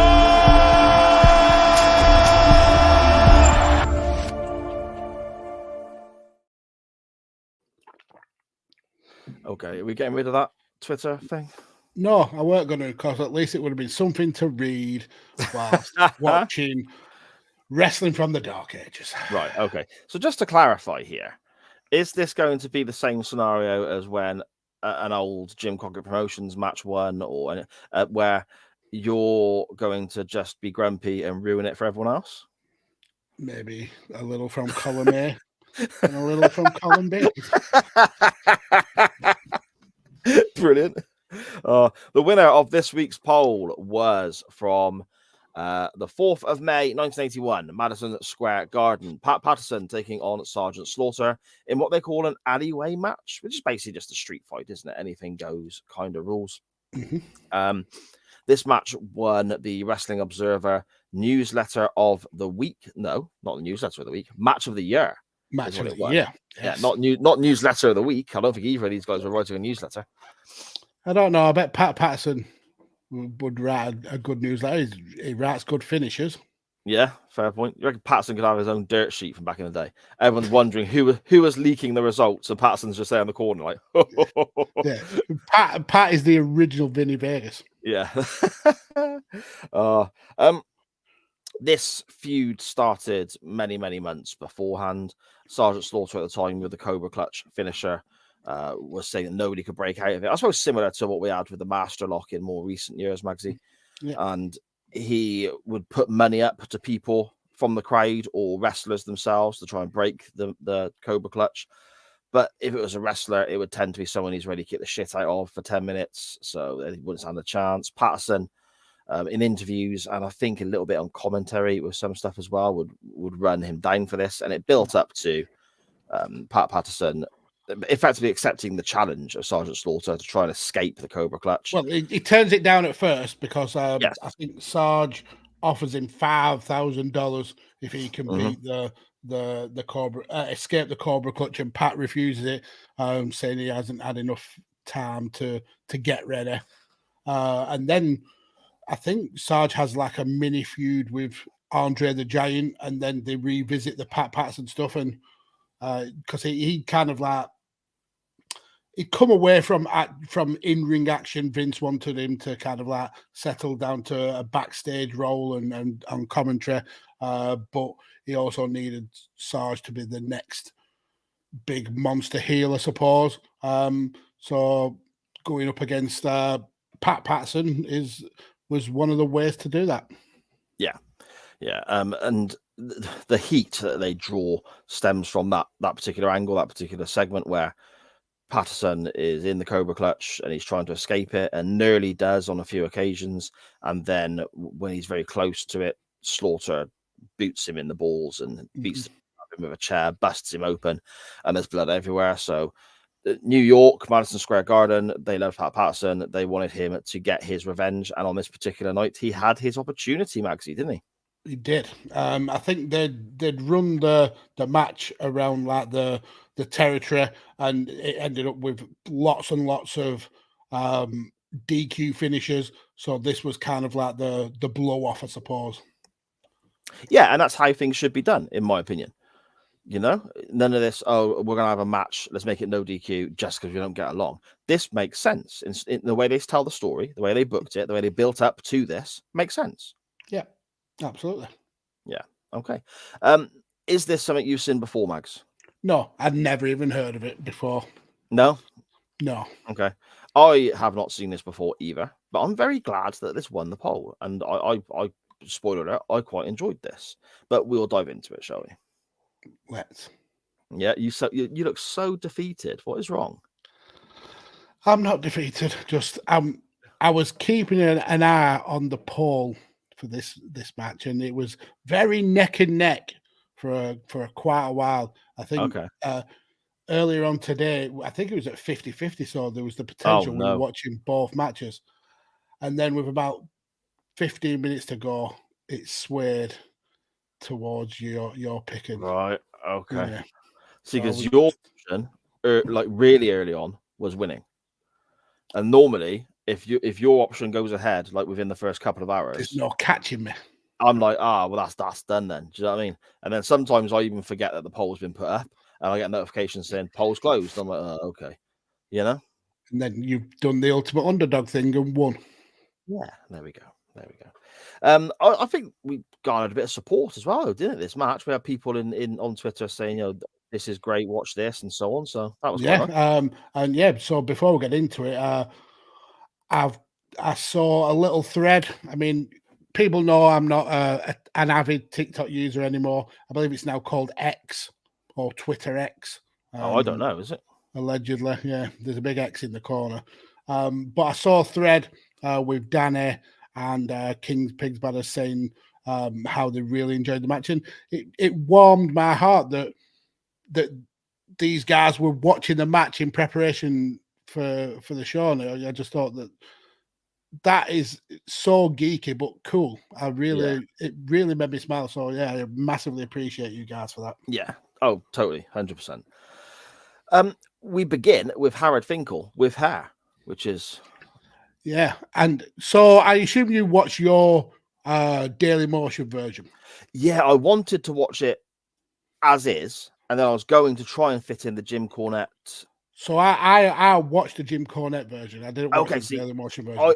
I haven't yet. I wanted to before the show, but I couldn't fit it in. It's really good. He adds a lot of information to the match and kind of why it went the way that it did.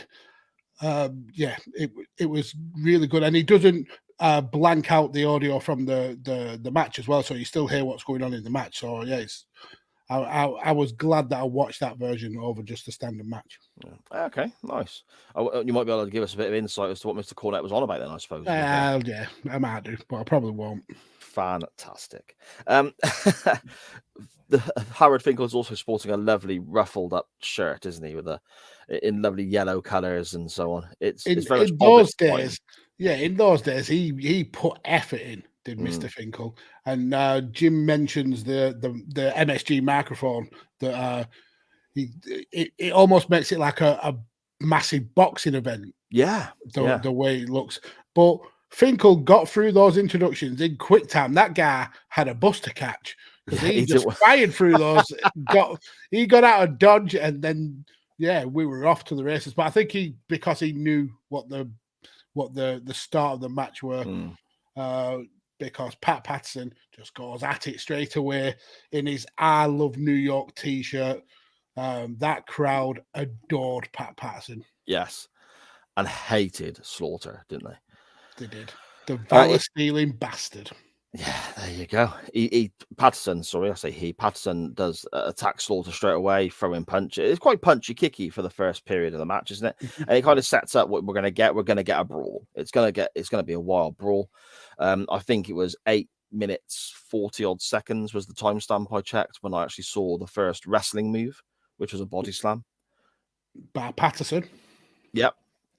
Yeah, but before we get to that, we have Sergeant Slaughter throws a right hand in the corner, Sergeant Slaughter throws a right hand, Paterson moves out of the way. Slaughter kind of goes between the ropes and almost hits the turnbuckle and then the post behind it, kind of.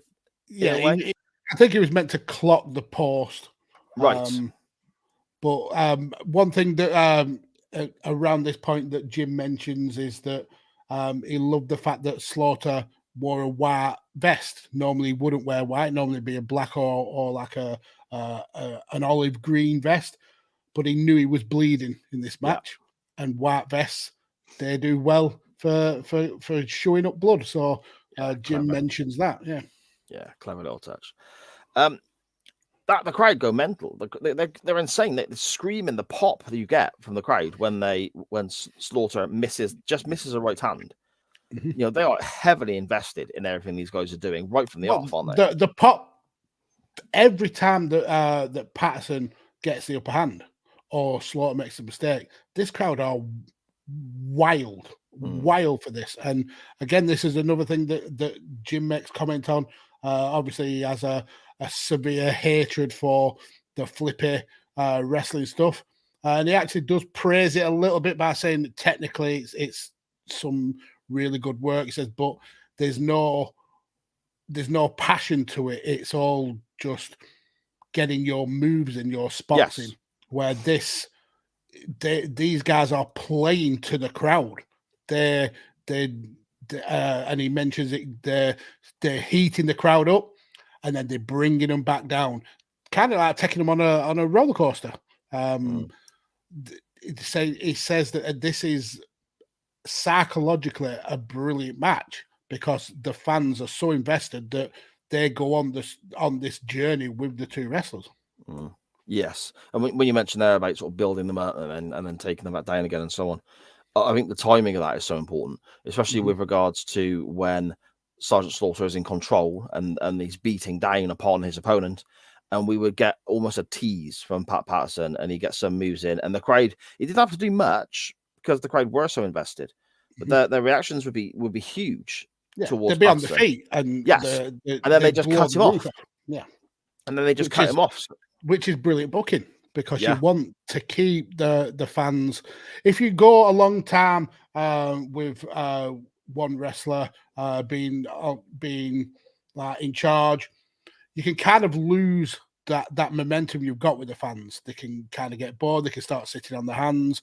But if you give that babyface just that little bit of a tease of a comeback, you dragging the fans along with you, and it's just really well booked. Even though I detested having to watch wrestling from the fucking dark ages, I appreciated the way they told the story in the match. From the dark ages.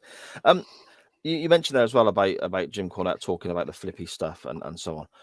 This is obviously I'm assuming the end of their feud. This is what they've been building towards this match at Madison Square Garden with the stipulation and so on. Something I've got a real issue with regards to modern day wrestling, and it's not just AEW. Before people think I'm having a dig at AEW, because that's not the case. I love AEW, but WWE does it as well. All over the world they do this, and it is like you said, Magsy, getting your moves in. When you see people doing certain poses and certain certain spots, like doing a backflip into something and so on, when it's a highly contested, almost blood feud, it's like it's a hatred between the two guys, and it's supposed to me it's that it should be a fight. The rivalry is there, the heat is there, they hate each other, and then you get someone doing some clever little springboard backflip. It doesn't quite fit in with the mindset of these two guys hate each other and want to kill each other with regards to see on the screens in modern day. This is the opposite of that for me. Yeah, you're absolutely right. And again, all praise to those technical wizards of the wrestling world. Some of the stuff that they can do, guys from this era wouldn't have even dreamed of doing moves like that. But it does take away from the reality that this is meant to be a fight rather than acrobatics. And this match is a fucking fight. It's actually a fight. And to just add to a point that you made, that this was the blow off. I think after this, Slaughter goes on to challenge, I think, Bob Backlund for the world title. So it was definitely a feud, and this was done to get Slaughter over that hump of being the next monster heel, I suppose. Yeah, fair enough. We mentioned earlier on about belts, and I said it's gonna come up again here. Paterson uses his own belt. Now He does. This tickled me because in a lot of wrestling, we see people. Hogan famously uses the weight belt. Shawn Michaels has used his own belt in matches before when he's been wearing jeans. We've seen it in wrestling quite a bit, haven't we? They take their own belt off and whip their opponent with it, and it's obviously there as a prop, ready to use. And because they don't lose their clothing or anything like that, it's designed to be used as an aspect of this match. It seems Pat Patterson's belt was genuinely there to hold up his trousers. Yes. So when he was wearing jeans. Jeans. So when he took the belt out, he had a little bit of a wardrobe issue for the rest of the match. He almost TL hoppered the match with his arse back out. But that's another thing. Going back to Jim Cornette, he says now, I can't comment on the accuracy, but if anyone would know, it's probably going to be him. He thinks that this may be the first MSG match where they've wrestled in street clothes, because obviously MSG is the mecca of big matches, so people tend to wrestle in their wrestling gear. But yeah, he thinks that this is, if not the first, one of the earliest matches where the guys wrestle in street clothes. Sergeant Slaughter gets hit in the face at one point with Pat Patterson whipping him up. That looked very sore. That did not look comfortable at all. No, there's a lot of points in this match where it looks like they're laying in very snugly. Yeah. The punches to the balls, the kicks to the face. Slaughter basically does a run up at one point and kicks Pat Patterson square in the face. These guys are making it look real. Yes. And that's the whole purpose of what we're doing, isn't it? Mm-hmm. Especially in this era. So Slaughter eventually gets hold of the belt, and rather than choke Patterson around the neck with it, he puts it across his mouth. And again, we get a close-up of the belt really pulling back on his mouth, so on. That was pretty graphic. He also does the classic belt clothesline Yeah. as well, which is really good. But yeah, that belt got used as a really vicious weapon. The guys were laying it in with the belt. Yeah, definitely. The shirt comes next. Slaughter rips off the I Love New York shirt. Oh, which and that get a crowd, reaction. Oh, yeah, they weren't happy about that. I don't think they were not amused with me about They that were at all. fuming. They were fuming. We also get a few occasions. I mean, these are not small men. I'm not talking they're giants, Yeah. as in like a Hogan or whatever. But Yeah, I think Fink says that Slaughter is 300 pounds and Pat is 235. So yeah, that's some beef between the two guys, definitely. yeah, definitely. And again, it's not flippy flying around bullshit, of course, but there are moments where they go up the ropes. And there are moments where they go over the ropes. I mean, one of them is with this T-shirt here. Slaughter is choking Paterson around the neck with the T-shirt. Paterson sort of does a half lap of the ring to build up momentum, runs at the ropes and drops down to send Slaughter flying over the top rope, which is quite a spectacular spot, really, considering the era we're in and the size of these guys. And then we get moves off the top rope and the middle rope as well, Maxie, don't we? Which again, Jim says these are some of the very early times that you see wrestling moves off the top ropes in MSG. You see Sergeant Slaughter go for what I've labeled the Sid Vicious stomp, where he essentially goes to stomp on Pat and lands on one leg, and it just makes me cringe thinking what could have happened. And even Pat goes up to the second rope and does the old Bret Hart elbow. It's who knew Pat Patterson was a half liar? It's amazing. Does he drop a knee as well off the middle rope at one point? He does it twice. The slam that you mentioned that comes after about 8 minutes. He hits the slam, then does a knee drop, and then does it again. And I think that's the first close pin that we get. He gets a 2 count from that. Okay. Pat Patterson bites his opponent as well. He does. The evil bastard just lays and tries to take a big chunk out of Sarge. Again, Pat Patterson goes over the top. Sergeant Slaughter goes over the top, and then we get a slingshot spot. Now, before we get to that, we see where Pat Patterson is outside, and this is another bit where Jim chips in with kind of like insider knowledge. So Pat Patterson is resting up against the barricades, and Slaughter goes to the top rope, looking like he's going to do maybe a double axe handle from the top rope to the outside. And Pat moves to the ring really quickly, and Jim says that's an indication that Pat wasn't up for doing that move. So you see him come to the side of the ring. So Slaughter gets down from the ropes. Basically, that's a way that the two guys communicate that we're not doing that spot. Oh, okay, fascinating. I didn't know that. Oh, interesting. The turnbuckle is connected obviously to the ring post by what we see in wrestling now, having almost like a circular crash mat velcroed around it, don't we? That bit of the sort of fixing there. That's not there in this match. So when we see Sergeant Slaughter given the old slingshot into the corner, he goes over the top rope, and I think he's supposed to crack his head on the ring post. And this happens a few times during the match, but he's also got that metal bar in between the turnbuckle and the ring post itself. So anywhere will do, I guess, is the saying that could be used here.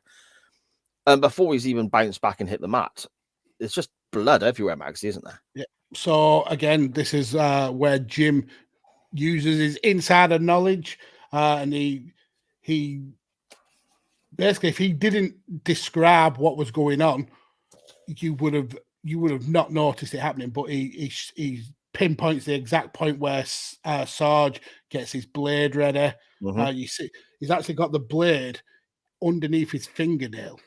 Right. And you see him messing with his fingernails. He pulls the blade out. He hits the slingshot onto the post, and you can just see his hands come in contact with his head for a fraction of a second. But that's all it needs. and it's done. And it said 20,000 people in that arena didn't spot that. That's how good he was at pulling it off. It's absolutely amazing. Yeah, but you're right. The blood is just pissing from Slaughter. Absolutely pissing from him. And that white T-shirt you mentioned as well comes into play because it soaks his shirt and all this. Paterson, I mean, the crowd are loving this now because the guy that they can't stand is bleeding a gusher. And Paterson goes after this and he is punching the wound. And, again, very convincing looking right hands because, again, we're trying to convince people this is an athletic competition. It's not, it's predetermined, staged fighting or whatever, And great selling by Sarge. That's another thing that Jim absolutely praises. He says the way that Sarge is selling this, that he's punch drunk, that the loss of blood is really affecting him. Just outstanding selling. Yeah, definitely. Sergeant Slaughter also has some brass knucks that he brings out.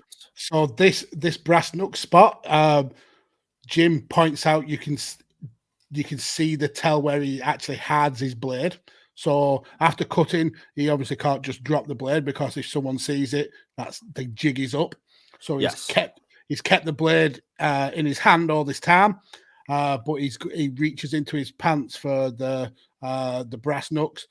But just before that, he puts the blade. He essentially pushes them into his tarts, and you can see the hand movement.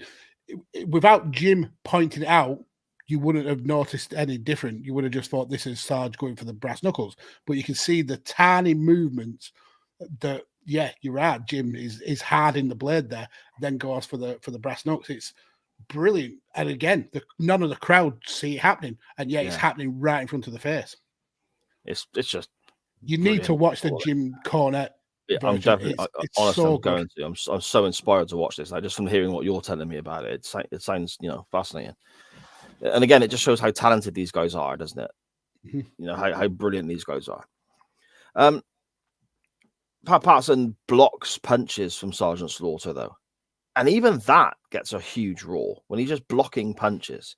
It's so good. And he sends Sergeant Slaughter into the post once again, which, blood's everywhere as it is. He doesn't need to, necessarily add to it, but it's going on. Paterson takes his boot off at this point. He takes his boot off. And normal wrestling nowadays, you could tell that the way that a wrestler holds an item, they usually kind of taking the force with their hands. They don't make contact with the item, or they hit people in the small of the back where there's lots of meat and you're avoiding major injury. Pat just fucking wails on Sarge and he just absolutely slaps the piss out of him with his boot. He just fucks him up with the boot. It's brutal boot shots. Absolutely destroys him with that boot, doesn't he? He does. He's going into the post, getting hit with the boot, into the post, hit with the boot, back and forth, back and forth, back and forth. And then a guy we didn't mention, actually, Magsy, when the match began, he made his entrance at the very start. The Grand Wizard of Wrestling basically tries to throw a towel into the ring to give up for Slaughter, fucks it up and has to do it again. And then eventually does again. So the reason why he fucked up, Jim explains it, there's a security guard behind him. And the security guard actually pulls on this Grand Wizard guy, and it makes him essentially throw the towel into the ropes rather than into the ring. Oh, right, okay. And it's because they didn't, in those days, they didn't give the security guards the heads up of the storyline. It was just So he thought that it was essentially just a fan or someone going into business dressed like that. No, but just to ruin the match. Right. So he was stopping him ruining the match when really it was part of the story. Yeah, fair enough. And that's it. The crowd goes crazy again, roaring and roaring and roaring, and that's kind of it. There's not near falls. There's nothing like that. It's you say that's it, but the towel hits the floor, and Pat acknowledges the towel, then still beats the shit out of Sergeant Slaughter with the boot. Until the ref actually picks up the towel and Pat is then declared the winner. His arms go up and he's cheering. But Sarge is having fucking none of it. He is fuming. He's absolutely fuming that this match is over, and it takes the wizard guy dragging him out of the ring for him to even leave. Which Jim says on the face of it, this looks like a screwy kind of shitty finish. Says, but it's actually really well done because what it means is that Pat Patterson looks really strong. Yeah. It's a win for the good guys, but also Sarge didn't really lose because he didn't give up. It was done for him. And He's then got an he 8, hasn't he? Yeah, He's got an he 8. can go on. He can go on and still look strong in the world title picture. Yeah. So he says, yeah, it's really good booking. Yeah. I mean, same as Austin passing out at WrestleMania 13 or whatever. It gives the guy an 8, doesn't it? Rather than saying he quit. Yeah. Yeah. Really clever. Maxie, I suppose that's kind of it for what we're looking at this week. Out of 10, what are you thinking? Well, even though this was barely in color, I think this was a match. Here we go. It was 8-bit. It was like an 8-bit game 8-bit. where you only have like 12 colors on your TV. Even though it was wrestling from the fucking days of Zeus and Methuselah, it was a bloody good match. It was. I honestly expected fucking Pat Patterson to come out with a top hat and a cane. Yeah, it was just ridiculous. But the match was bloody good. Bloody good match. Yeah, it was great. A really entertaining match. So I can see why this won awards. So I'm happy to give this a 9. I thought this was really fun match to watch. Why? Really? A 9? I am stunned you've gone as high as that. I thought watching it was just this... such a fun match. It really was a fun match. And I think getting the kind of like the nuggets of information from Jim Cornette and Brian Last, that sometimes the peek behind the curtain can take away from it, and you can it can ruin it. But I think knowing that the little nuggets, it enhanced this match for me. I thought it was really good to know those little extra nuggets of information. So yeah, I really enjoyed it. A 9. I feel sick now. I feel like I've become everything I hate. See, that's blown my mind that you've gone that high. I don't get wrong. I thought you would enjoy it when I watched it. I was thinking this is a good brawl. Magsy's going to like this because it's just a a wild brawl and all this sort of stuff. But a 9, that stuns me. I've not gone that high. I've got an 8. Oh, which is still a high mark for me. I still really, really enjoyed it. I would happily go back and watch this again, and I will do because I'm going to watch the Jim Cornette version on YouTube because the bits and bobs you've given me is really intrigued me. They've hooked me in. But yeah, so it's an 8 for me, mate. But still, both very, very high scores. Yeah, it was a great match. It was a good pick. I'm glad it won because I really, really enjoyed it. Look at that, said through gritted teeth. You again, twice in an episode. Sir, you were right. Oh my god, that's a new T-shirt coming up soon. I'll tell you that now. It's well. I mean, again, obviously, it's the year I was born. This is from 1981. I'm 42 now, so it's it's wrestling of a certain time, of course. So people who are expecting Young Bucks, Kenny Omega flying around bullshit ain't gonna get that. But if you want to see two guys beating the piss out of each other and trying to make it look as real as possible, well worth 14 minutes of your time. Absolutely. I think this is, you get a lot of matches from earlier eras that are aged. They are definitely matches of that era. But this you could happily watch in 2023 and enjoy. It's not a sign of the times, I don't think. This is just two guys beating the living piss out of each other. I really enjoyed it. Yeah, brilliant stuff. Brilliant stuff. So then, Mr. Mags, where to next week?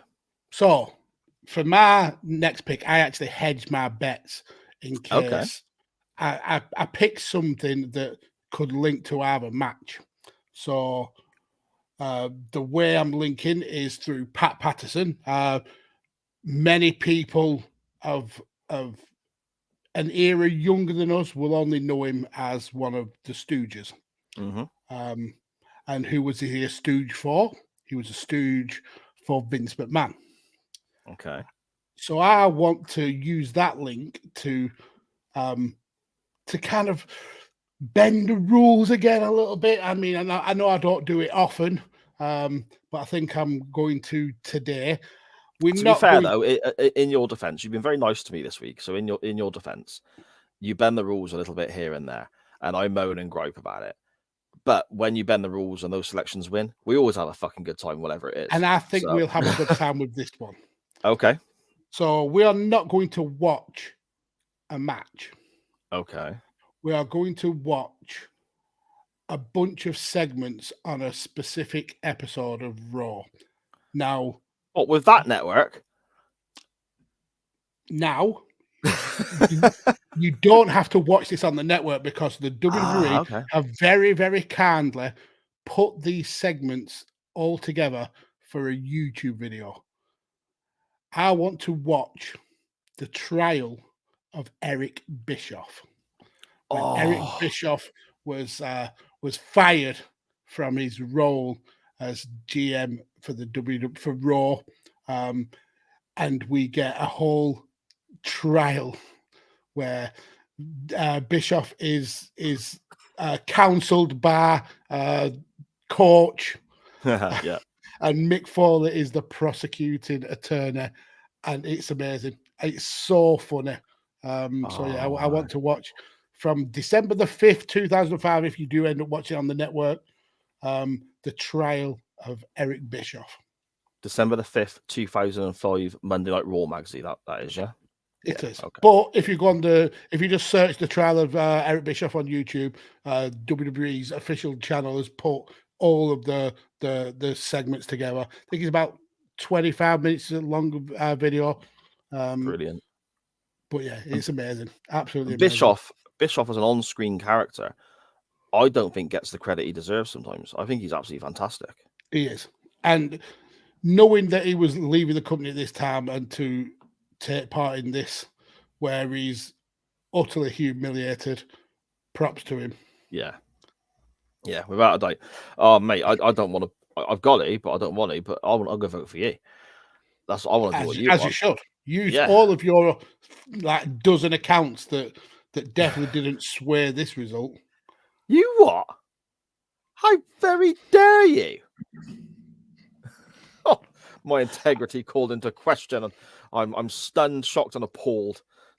I am using Pat Paterson as the link as well. He was the first ever Intercontinental Champion, winning that famous, grueling tournament in Rio that we hear about so often. Bullshit.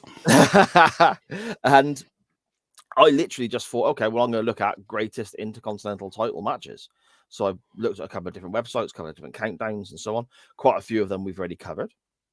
But one ranked incredibly highly on two separate lists.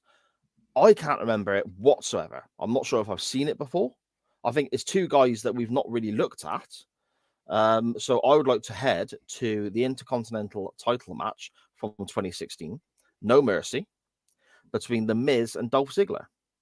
Purely just because of intrigue of everyone saying it was really good, but I don't really remember it. But I'd rather have a look at the trial of Eric Bischoff. I'm not going to lie. We'll see how the CWF vote. If they've got any integrity, they'll vote for the trial of Eric Bischoff. But if they want to be douchebags, they're going to vote for your shit. Brilliant stuff. Oh, there you go then. Those are your options for next week. The poll will be up later this week as normal on the Chain Wrestling Twitter account at chain_wrestling. Sorry. The trial of Eric Bischoff from Monday Night Raw, December the 5th, 2005, or the Intercontinental title match from No Mercy 2016 between The Miz and Dolph Ziggler. Make sure you vote, retweet, and all that good stuff. Magsy, should we jump into the chat and have a little look through before we depart? We shall. Dan says he knows what happened with the vote and why it quickly and at the end went to you. It's because he remembered to vote last minute. That's what happened. Scottish Danny said this match felt incredibly big time. Yeah, it absolutely did. I don't know whether that's because it's MSG or because the noise. the noise. But yeah, this felt like a pay-per-view main event level match. Yeah. And it was on Yeah. it was on essentially a house show at MSG with a crowd like that. It's mental, absolutely mental. King Pig's Banner says the crowds went wild. Scottish Danny says Paterson's rope. Pat Patterson's rope. I don't know. We're getting out of that. Yeah, I don't know what we're getting out of that. King Pig's Banner says he beats the shit out of him with the boot. Yeah, these guys were brutal. He literally wellies Sarge Slaughter in the actual face with the boot, with the heel of the boot. And then there's one point where Pat Patterson is essentially on his knees, and Slaughter takes a running volley straight to Patterson's face. It's vicious. It's absolutely vicious. King Prince Banner says it was a great match, and then finally Connor says, "What is the announcement? I fell asleep and I haven't slept much this week." I did say we'd get to that, but as professional as we are, we both probably forgot. that is true.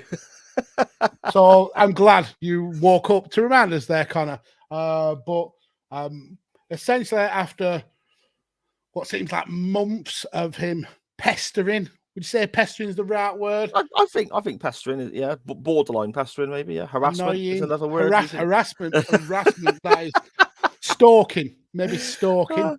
Connor has finally beaten us down enough with a boot. Yeah, with a boot, a belt, a blade. He's used everything in his power to strong arm his way to a guest spot on next week's show, mainly just so he shuts the fuck up about it. But yeah, we'll be having a very special guest hopefully next week in young Connor. So he'll also get to review the trial of Eric Bischoff with us. So there's that. There we go. If it wins, obviously, if it wins, hopefully, we'll see. It's been a blast again, Mr. Mags. I've had a wonderful time, and thank you so much to everybody from the CWF in the chat, on Twitter, and I suppose Facebook and everywhere else as well, who's been interacting with us this week and every week, I guess. Benny Mac joining us at the very end there to say hi. Hello, Benny. I hope you're doing well, my friend. And yeah, I mean, I've got really nothing else to add, Mr. Mags, I suppose. If he stays awake, he can be a guest if he stays awake. Can you just imagine just Connor asleep whilst we're there reviewing a match and he's just knocking his heads out? Like that. Just drifting off. Connor, what did you think about this match? Oh, boring then, was it? It was boring. But there we go. Mr. Mags, whereabouts can people find you online? You can find me online at TikTok, at Podfarmer Mags, at Team Cluck, where you'll get daily videos of my chickens doing chickeny things. Things. Or you sometimes catch me on Twitter on a very, very good day. But yeah, if you want to follow me on TikTok at Podfarmer Mags. Yeah, there we go. Anything I'm involved in, as always, is on the network that carries this show. So that's at SJP World Media on Facebook, Twitter, and all your podcast players, platforms, and providers. And again, so much going on. It takes too long to list. Loads of great wrestling content, TV content, live sport content, all sorts of stuff coming along. Loads of stuff. The YouTube channel is going to just blow up over the next few months with regards to shows that we're putting out there. So make sure you're subscribing so you don't miss out on any of that. But most importantly, you can find and follow this show itself and get involved in our non-wrestling topic, chat to other members of the CWF, and vote in this week's poll. Or every week's poll, sorry. And you can do that via Facebook and Twitter. But even though the poll is only on Twitter, at @chain_wrestling. That's at @chain_wrestling there. Mr. Mags, I am off now, I think, to sit down and rewatch this match again and listen to Jim Cornette, because you've piqued my interest, my friend. I will speak to you next week. And I'm definitely not watching the Daily Motion version.